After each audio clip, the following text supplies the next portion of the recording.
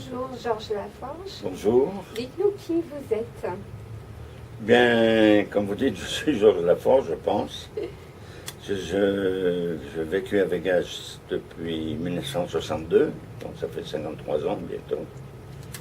Et puis, je suis Georges Laforge, mais lorsque je suis arrivé, j'étais Georges Maisondieu Laforge, Georges Louis Maisondieu Laforge. J'avais un nom à rallonge, j'ai jamais su vraiment la raison, mais enfin, paraît-il qu'on avait un général qui était dans les armées de Napoléon III qui a voulu garder, sa femme a voulu garder son nom, enfin j'ignore la raison, mais enfin. Donc j'ai coupé mon nom court à Georges Laforge parce que c'est quand même plus facile, non seulement pour s'en rappeler, pour prononcer, mais parce que les Américains, pour prononcer Maison Dieu, c'est plutôt Maison Dieu, Maison Dieu. Ils n'arrivent pas vraiment à dire Dieu. Et donc, je l'ai coupé court aussi parce que ça rentrait plus dans les ordinateurs, les gens. Mais non, qu'il a fallu que je reprenne parce que pour mon état civil ou quand je fais pour ma sécurité sociale et pour mes soins médicaux, je suis obligé de mettre le nom en entier. Alors à chaque fois que j'appelle pour un appointment, il faut toujours donner mon nom en entier. Alors là, et voilà, je suis donc ici depuis 1962. J'adore Las Vegas. C'est une ville qui a été extraordinaire pour moi, qui m'a ouvert beaucoup de portes. J'ai vraiment découvert l'Amérique. Je ne parlais pas un mot d'anglais à l'époque. Bonjour, bonsoir, good evening, good morning, vraiment le minimum, quoi. Mais je suis venu avec une fille qui était danseuse au Lido à Paris, qui était anglaise, mais malheureusement on a toujours parlé français ensemble. Elle travaillait à Paris, au Lido, et donc on a vécu ensemble pendant 2 ans et demi, et puis je ne pouvais plus supporter Paris parce que je suis né en Afrique du Nord. On est rentré en France avec mes parents depuis 5 générations. Nous étions en Algérie. Oui. Nous sommes entrés en France très peu, un an après la guerre. Un an après la guerre. Et j'ai passé ma jeunesse sur la Côte d'Azur. Donc vous êtes originaire de la Côte d'Azur? Oui, je suis né en Afrique du Nord. Je suis ce qu'on appelle un pied noir. Oui. Pied gris, parce que je suis venu en France, j'avais 9 ans. Mais oui, j'ai vécu toute ma jeunesse sur la Côte d'Azur, Antibes, Nice. Donc je me considère vraiment de la Côte d'Azur, quoi. Et ensuite, j'ai fait un apprentissage pour être ébéniste. Et puis ils ont trouvé que j'avais des aptitudes pour le travail manuel plutôt qu'intellectuel. Et puis je suis donc rentré dans une école professionnelle et en même temps je suis entré dans un restaurant comme laveur de vaisselle. J'avais 14 ans à l'époque. Et de fil en aiguille, le chef m'a dit tu as de très bonnes aptitudes, je vais te faire t'apprendre à faire la cuisine. C'était un restaurant, ce qu'on appelle un restaurant bourgeois, assez grand d'ailleurs, 5 plats au menu, des trucs, un bon restaurant. Donc il m'a appris. De cuisine française? Ah, cuisine française, oui. À Nice, oui, c'était un restaurant de Strasbourg. C'est beaucoup plus français. Mais donc il m'a mis comme commis pour commencer, apprenti, et de fil en aiguille, j'ai fait tout mon apprentissage comme saucier. Et à quel âge a débuté votre passion pour la cuisine? Ben, j'ai toujours aimé cuisiner, même tout gosse. J'ai aidé ma mère en cuisine, enfin, quand elle faisait des gâteaux, des trucs, elle me donnait toujours un petit bout de pâte, enfin, un petit truc. Mais non, j'ai toujours aimé faire la cuisine, et puis en même temps, quand je faisais l'ébénisterie, pendant 4 ans, j'ai fait l'école d'ébénisterie, pendant 4 ans, j'ai travaillé le soir dans ce restaurant, et la journée, j'allais à l'école.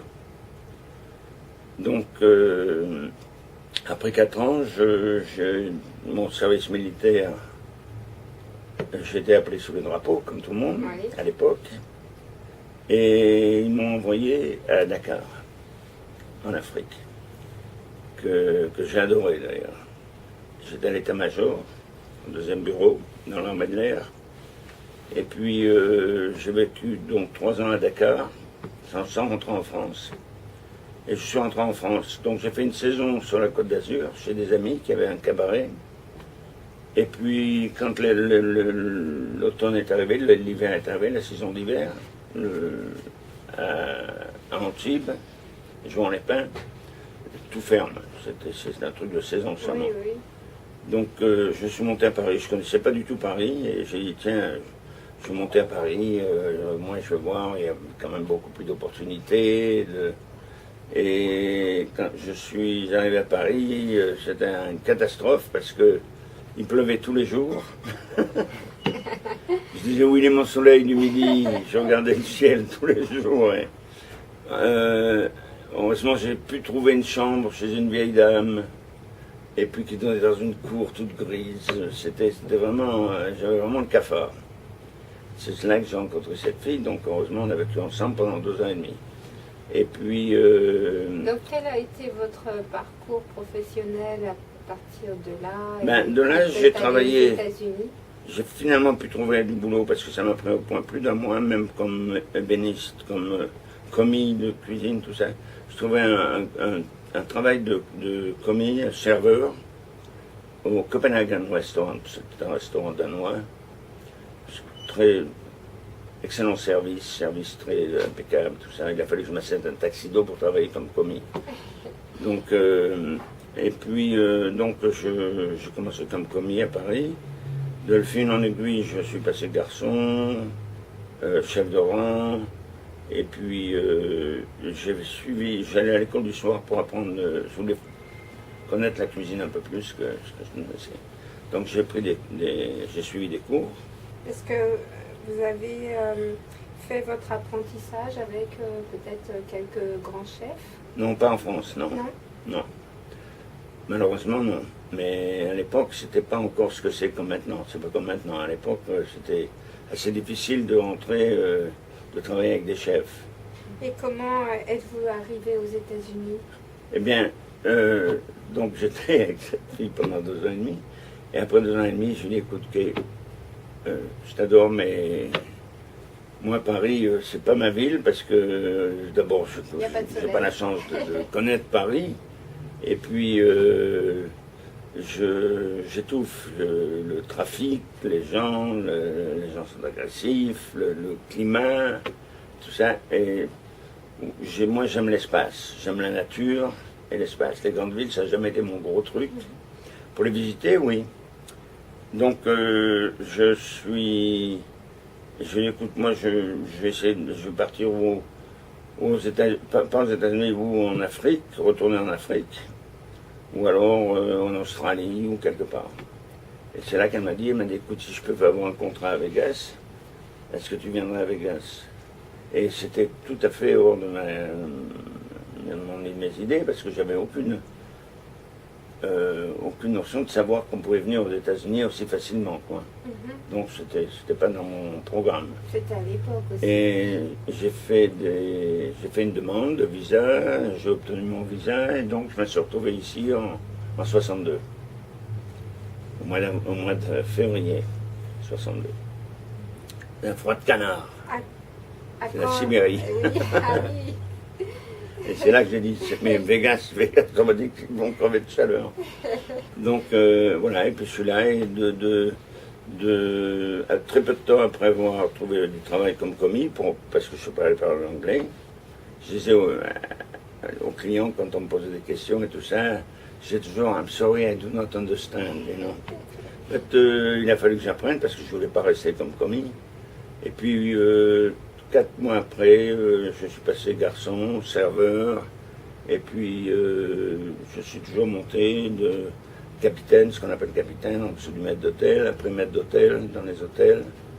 Et à quand avez-vous ouvert votre premier restaurant? Le premier, qui est celui-ci, Oui. en 1976, juillet 1976. Et à l'époque, il n'y avait pas du tout de restaurant français. Les gens ne ne savais même pas On vraiment peut ce dire que qu'était la... c'était le premier restaurant à Las Vegas. Ah Premier oui. restaurant C'est pour français ça à que Las maintenant Vegas. on joue sur l'effet que d'abord ils ont classé ce quartier là, quartier historique de Vegas, et nous sommes le seul restaurant qui est ouvert depuis 40 ans, avec le même propriétaire et le même concept. Félicitations. Merci. Donc on joue sur le jeu d'être un des plus vieux restaurants, des vintage restaurants à Las Vegas. Et votre cuisine est purement française. L'avez-vous adaptée aux habitudes gustatives des Américains? Non, pas du tout. C'est une cuisine, comme j'ai vécu en Provence, j'adore la cuisine provençale. J'adore les herbes, j'adore l'ail, j'adore tout ce qui est provençal, tout ce qui est Cuisine du soleil. sud, oui. Donc, on est plutôt basé sur une cuisine provençale qu'une cuisine du Nord. On a bien sûr, on sert quelques plats avec de la crème, comme en Normandie, et des trucs. Mais c'est une cuisine classique, plus ou moins. Cuisine classique. On a quelques recettes à nous qui sont un peu différentes. On fait un saumon au miel au miel et à l'orange. Oui. C'est un peu différent, mais les gens adorent. On fait des canards, on fait les magrets, servis en aiguillette sur l'assiette, et ensuite la cuisse complètement désossée, servie sur le côté, confite. Oui. Et on fait un canard aux érelles, canard aux framboises, canard aux bananes martiniquaises. On fait bien sûr le classique à l'orange, bigarade. Et on fait souvent des plats classiques malgré tout, parce que les gens s'attendent à voir la cuisine classique. Est-ce que vous avez du lapin? Ben, à vrai dire, j'en ai pas encore mis au menu parce que les gens sont assez, Réticent aussi, hein? oui, assez sensibles Oui. pour le lapin. Je voulais essayer souvent, mais je ne l'ai pas encore mis au menu, mais j'y pense de temps en temps. Votre restaurant n'est ouvert qu'en soirée. Pourquoi ce choix? Ben, parce que d'abord, j'ai 78 ans maintenant, et même depuis 40 ans, je ne voulais pas ouvrir au lunch sans être sûr qu'on allait avoir vraiment du monde. Et pour moi, un restaurant qui est ouvert au lunch, souvent, sacrifie sa clientèle du soir. Parce que les gens qui vont pour le lunch dans un restaurant, comme à Paris, les petits bistrots, tout ça, pour le déjeuner, ne vont pas là pour le dîner le soir. Ils vont dans un restaurant un peu plus chic, un peu plus... Donc j'hésitais pour ouvrir au lunch. Parce que j'ai des amis qui avaient des restaurants autour, même André qui a ouvert après moi, qui était downtown. Il était vraiment dans le milieu du business avec les avocats et tout ça. Et il a ouvert au lunch 2-3 fois, il a essayé 2-3 fois, et 2-3 fois il a refermé. Parce que les gens à Vegas, c'est pas New York ou Los Angeles ou une grande ville où les gens traitent leur business au lunch. C'est-à-dire, ils prennent leur pain, ils prennent une bouteille de verre, ils discutent business. Ici, c'est la va-vite, on mange un morceau pour manger un morceau au lunch, ouais. Donc des sandwichs et des trucs comme ça. Donc c'est pour ça que j'ai jamais ouvert au lunch. Et là, j'y pensais encore, ouvrir au brunch, faire un brunch, et puis éventuellement ouvrir au lunch. Mais j'ai acheté les 2 maisons qui sont à côté, et je voudrais faire un grand patio, une grande terrasse, vraiment à l'européenne, avec des jardins, avec des fontaines, faire un truc très sympa, où on peut manger dehors. J'adore manger dehors. Est-ce que vous faites des séminaires, des mariages, Oui, beaucoup. votre réception? Beaucoup de mariages, on fait toutes sortes de réceptions, on a fait des bar mitzvahs même, des mariages, j'ai même célébré des divorces des fois.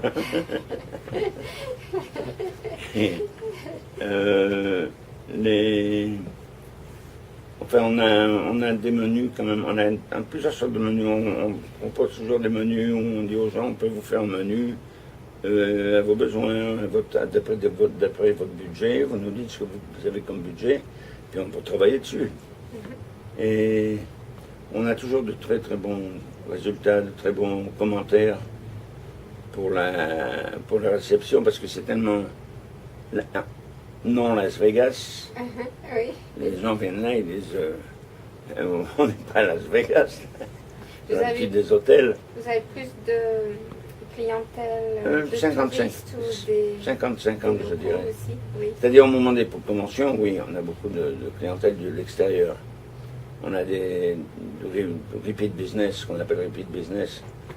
Tous les ans, les conventions qui viennent, ils réservent pour l'année d'après. Et ils viennent 3-4 jours de suite. Et souvent, je leur dis, mais comment vous pouvez manger dans le même restaurant 4 jours de suite?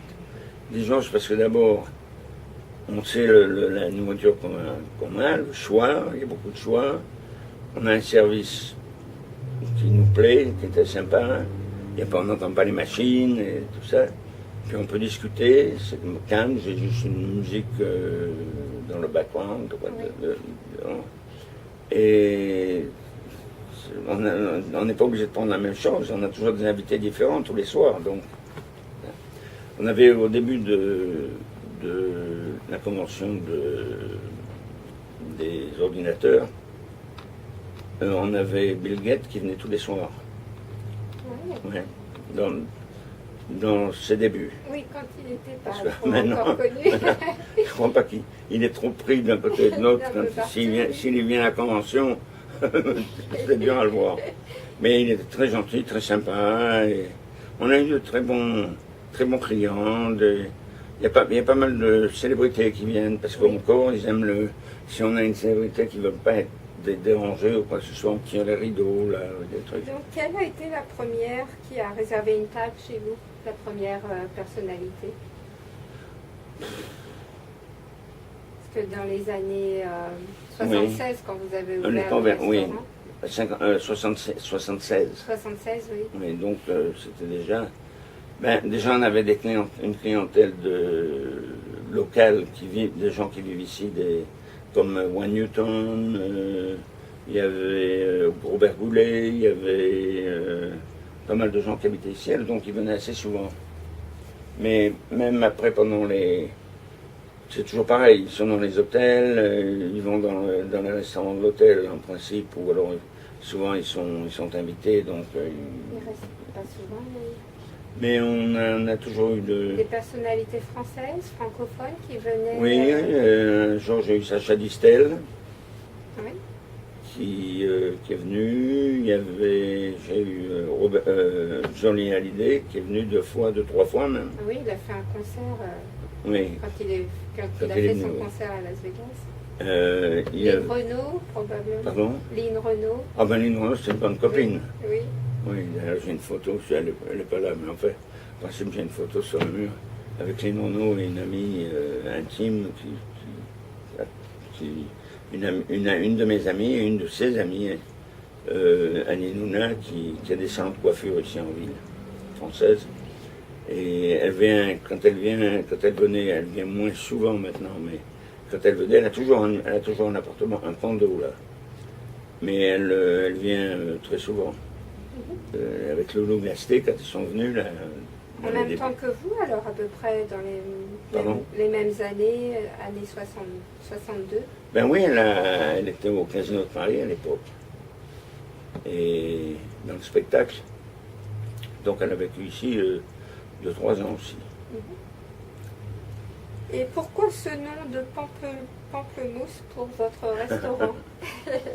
Ça, tout le monde me demande d'abord ce que le mot veut dire. S'ils sont américains, souvent ils ne savent pas ce que c'est pamplemousse. Je dis, si vous allez au marché, vous regardez le rayon des fruits, vous allez voir pamplemousse, vous allez voir grapefruit, or pink grapefruit, ou dessous, en même temps, il y a marqué avec l'exportation du Canada et du Mexique. Vous allez voir pamplemousse rose de Floride. Donc le pamplemousse, grapefruit, c'est pamplemousse en français. Et du moins, pamplemousse, c'est grapefruit en anglais. Et j'ai choisi le nom parce que Bobby Darin, que vous êtes trop jeune pour avoir connu ou entendu même peut-être parler de Bobby Darin, mais Bobby Darin était un chanteur de jazz, un acteur aussi, et qui était à l'époque la même période d'Elvis Presley. Et dans les débuts d'Elvis Presley, Bobby Darin était aussi, et Bobby Darin avait été presque plus connu qu'Elvis Presley. Et il a écrit énormément de chansons, il a composé beaucoup de chansons.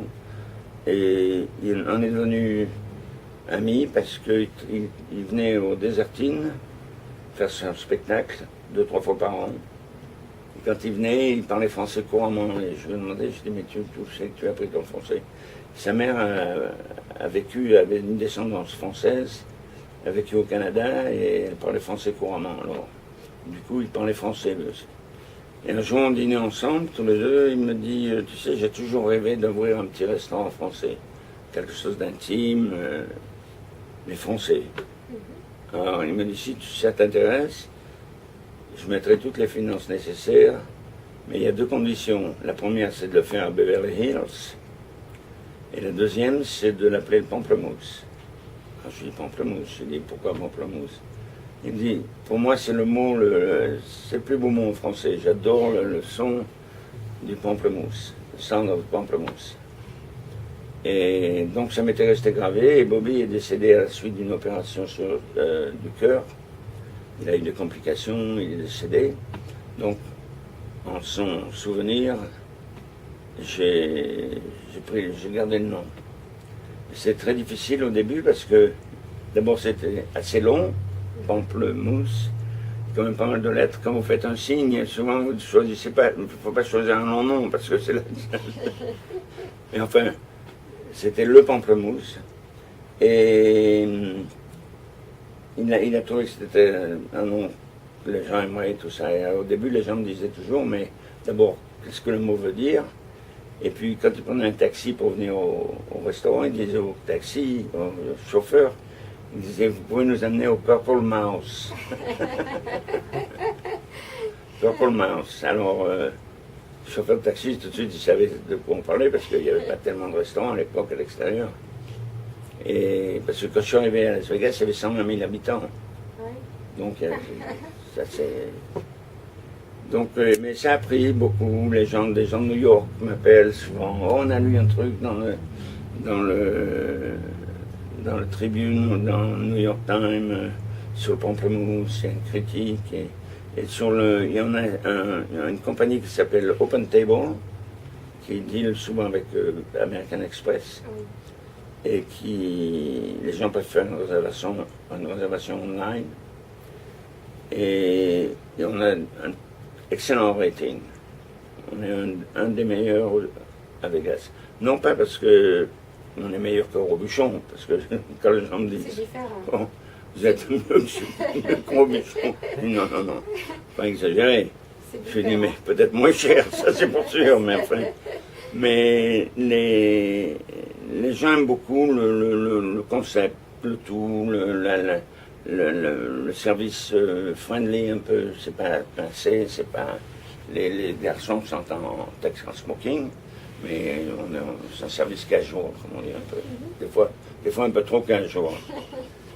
Donc, on est très appréciés. Qu'est-ce qu'on peut vous souhaiter pour la suite? Qu'est-ce que je souhaite? Oui. De vivre encore assez longtemps pour pouvoir profiter de la vie. Si j'arrive à en profiter, parce que là, je suis assez pris. Je viens pas tous les soirs au restaurant maintenant. Comme je vous ai dit, j'ai 78 ans et j'ai le dos qui commence à vraiment partir. Il faut que je fasse quelque chose parce que des fois, j'ai des difficultés pour marcher. Mais non, j'aimerais avoir un pied à terre ici toujours. Mais j'aimerais trouver quelque chose en France, me rapprocher de ma famille, surtout de ma sœur, qui habite à Antibes toujours. Mais elle a 4 ans de plus que moi et donc j'aimerais être un peu plus près d'elle pour qu'on se voie plus souvent. On s'appelle 2-3 fois par semaine, mais enfin. Et puis voyager. D'abord en France. Oui. Mon amie Diana, là, elle est de Cincinnati. Donc elle a rien de français. Elle a appris un peu de français à l'école, mais très peu. Elle s'y met là, ça va. Mais je vois, à la maison j'ai la chaîne 5, TV5. On en est au point, même elle, qui ne comprend pas vraiment le français complètement, à regarder que cette chaîne-là. D'abord, TV5, les news, aux États-Unis, on ne peut pas battre les news qu'on a en Europe, parce qu'on ne sait pas ce qui se passe ici, Oui, oui. dans le reste du monde. C'est toujours... on ne sait jamais ce qui se passe. Alors que là, sur la chaîne 5, on voit vraiment de tout ce qui se passe, que ce soit n'importe où. Et donc, et puis alors, il y a Thalassa, il y a Racine des ailes, il y a l'histoire de France, les plus beaux villages de France, tout ça. Alors, on Ça est là donne en train de envie baver de- devant la Ça donne télévision. envie de retourner. Parce que moi, j'adore les vieux villages et la nature, j'adore la nature. Alors, on vous souhaite bonne continuation, bon voyage. Merci pour l'interview. Oh, merci, il n'y a pas de quoi. Avec plaisir. Ok.